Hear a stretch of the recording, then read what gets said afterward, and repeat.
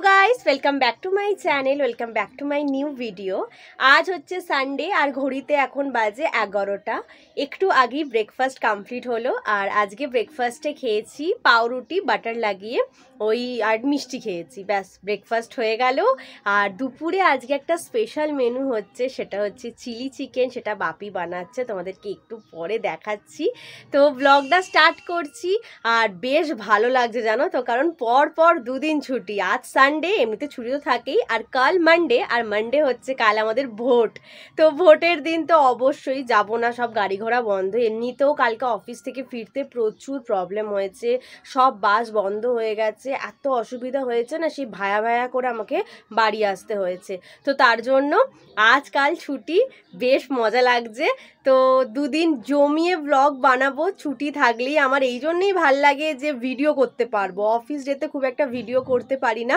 তো তোমরা কিন্তু কেউ মিস করবে না, লাস্ট অবধি ব্লগটা দেখতে থাকো। সারাদিন কি কি করব সবটাই তোমাদের সাথে শেয়ার করবো। মা কিরকম গরম পড়েছে বলো?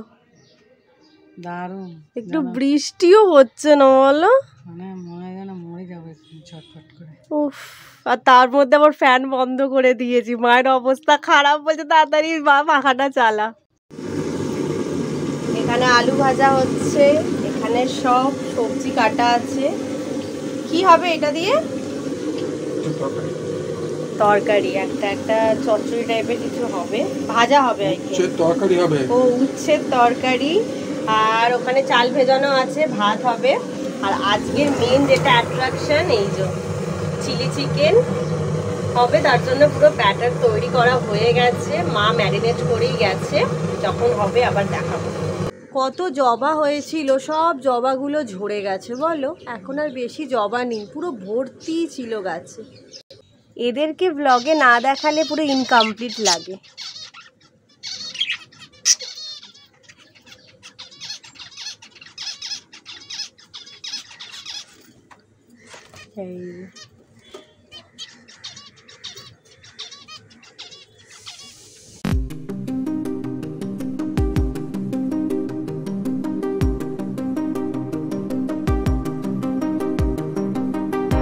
এই যে তোমাদের বলেছিলাম জেঠু খুবই অসুস্থ ছিল, এখন অনেকটাই বেটার আছে, তাই তো?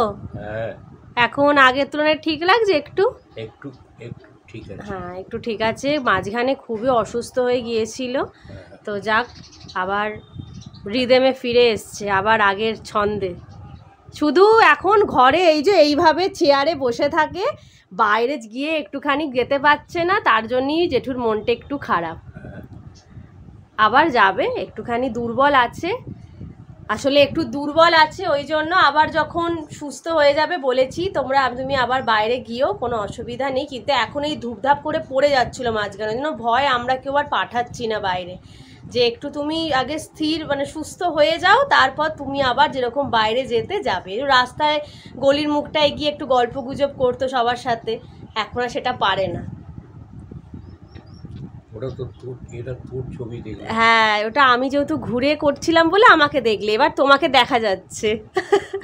যেটু কনফিউজড হয়ে যাচ্ছে যে কি হচ্ছে ব্যাপারটা।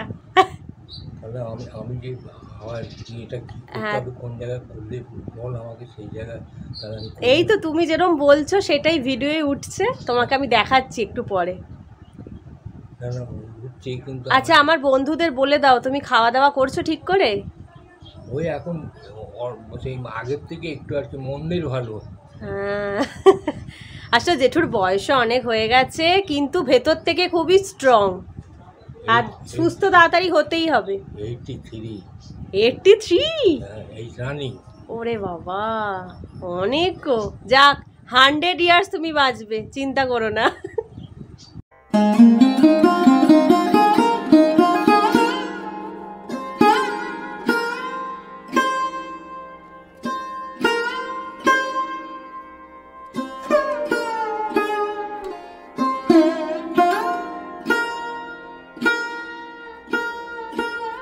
করে এসেই পুজো দিয়ে দিলাম, আর তারপরেই কিছু জামা কাপড় পরেছিল যেগুলো রেগুলার অফিসে পরে যাই, আর ঘুরতেও গেছিলাম, সেই সব কাচাকুচি করে মা রেখে দিয়েছিল। তো আমি সেগুলো গুছিয়ে নিচ্ছিলাম, আর তার মধ্যেই আমার এক পিসির বন্ধু এসেছিল, মায়ের সাথে পাশের ঘরে বসেই গল্প করছিল। তাই জন্য আমি এই ঘরে জামা কাপড়গুলো ফটাফট গুছিয়ে নিচ্ছি, কারণ তারপরে আবার আমার অনেক কাজও ছিল। তার জন্য যতগুলো পারি ছুটির দিনে কাজ গুছিয়ে রাখার চেষ্টা করি। হ্যাঁ, দেখাবো, তুমি চুল কাটছো, সবাইকে পাঠাবো। হ্যাঁ,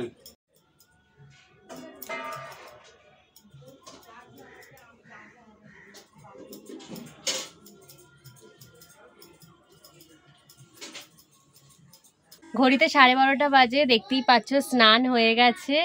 আর বাইরে নাপিত এসছে ওই জেঠুর একটুখানি দাড়ি তারপরে চুল এগুলো কাটানোর জন্য, কারণ ঘর থেকে তো বেরোতে পারছে না, দোকানে গিয়ে করার মতন ক্ষমতা নেই, একটু দুর্বল, পড়ে যাচ্ছে, তাই জন্য বাড়িতেই আনা হয়েছে। আর এই যে গরমে আর সেদ্ধ হয়ে যাচ্ছি, সকাল থেকে পুরো মেঘলা ওয়েদার ছিল, এখন আবার তেড়ে রোদ উঠেছে, ভালো লাগছে না গো। আর গরমটা যে কবে কমবে কেউ জানে না। আর স্নান করে এসে কেউ বলবে পুরো ঘেমে আবার স্নান করে গেলাম। ঘড়িতে 2টো বাজে, আজকে খেতে অনেকটা বেলা হয়ে গেল। বাপি এই জাস্ট এলো, দিদির বাড়ি গেছিল একটু, বড়দিদির বাড়িতে। ওই আজকে মাংস রান্না হয়েছে, ওকে একটু রবিবার গিয়ে দিয়ে আসে, কাছে থাকে তো ওই জন্য। তো ওর বাড়িতে আবার একটা টিউবলাইট খারাপ হয়ে গেছিলো, তো বাপি ওটা দেখেও নিল একবারে। তো এসে এখন এলো, মা এখন খাবার বাড়ছে, তো তোমাদেরকে চলো একবার দেখ। এখানে আছে ভাত, আলু ভাজা, আর যেটা উচ্ছে দিয়ে বাপি একটা ডাটা দিয়ে চচ্চড়ি বানিয়েছিল, দারুণ খেতে হয়েছিল। আর চিলি চিকেনটা মাশাআল্লাহ দুর্দান্ত খেতে ছিল, আর আমের চাটনি। ঘড়িতে এখন 6টা মতন বাজে, আমি অনেকক্ষণই ঘুম থেকে উঠে গেছি। ছুটির দিন আর ভাত ঘুম একটু না হলে ঠিক ভালো লাগে না। তো ঘুম থেকে উঠে চাটা এখনো খাইনি, একটু পরে খাবো। আর দিদিরা এবার বলছে মেলায় যাব, কারণ আমাদের এখানে শালকে একটু মেলা হয়েছে, মেলা ঘুরতে যাবো। আর আমি আবার একটু না এই ছুটির দিনে বাড়ি থেকে বেরোতে ইচ্ছা করে না। তো দেখছি, কোনো ঠিক নেই, যদি যাওয়া হয় তো দেখি যাব, তোমাদের সাথে শেয়ারও করবো, আর নয়তো বাড়িতেই থাকবো। তো দুপুরবেলা একটু আমি হাতের নখগুলোকে ছোট ছোট করে কেটে নিয়েছি, অনেকখানি বড় হয়ে গেছিলো। আসলে কি বলো তো, আমার না সিস্টেমে বসে কাজ করি তো, টাইপিং করতে খুব প্রবলেম হয়, তো তার জন্য একদম অল্প করে কেটে ফেলেছি। একটুখানি নেল পলিশ পরবো কিছুক্ষণ পর।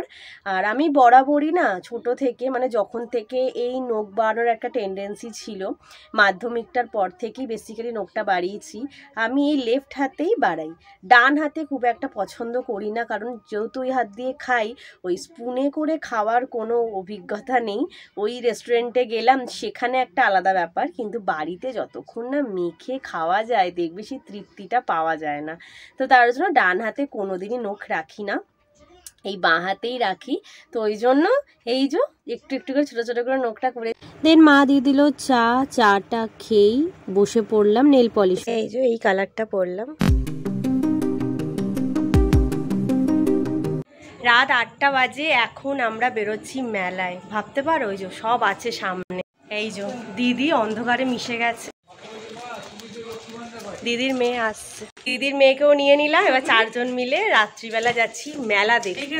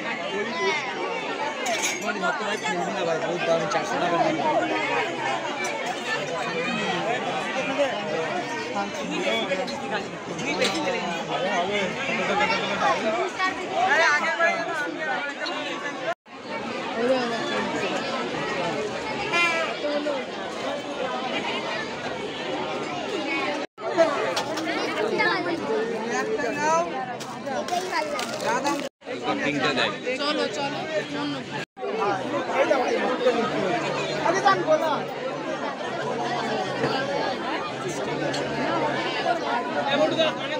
ধর্মরাজের মেলায় কত কিছুই না বিক্রি হচ্ছিল, তোমাদের সাথে সেটাই শেয়ার করলাম। মেলাটা ছোট হলো, অনেক কিছু দোকান বসেছে। তোমাদের কেমন লাগলো অবশ্যই জানিও। আর লাস্টে বাড়ি যাওয়ার আগে জিলিপি আর বাদাম ভাজা না কিনে গেলে যেন সবটাই ইনকমপ্লিট থাকে। কি বলো তোমরা? নে দেখা মা, মামা দেখা। 9টা বাজে, এই জাস্ট মেলা থেকে ফিরলাম। আর বেশ অনেক দিন পর আবার বড়দিদিদের বাড়িতে এলাম।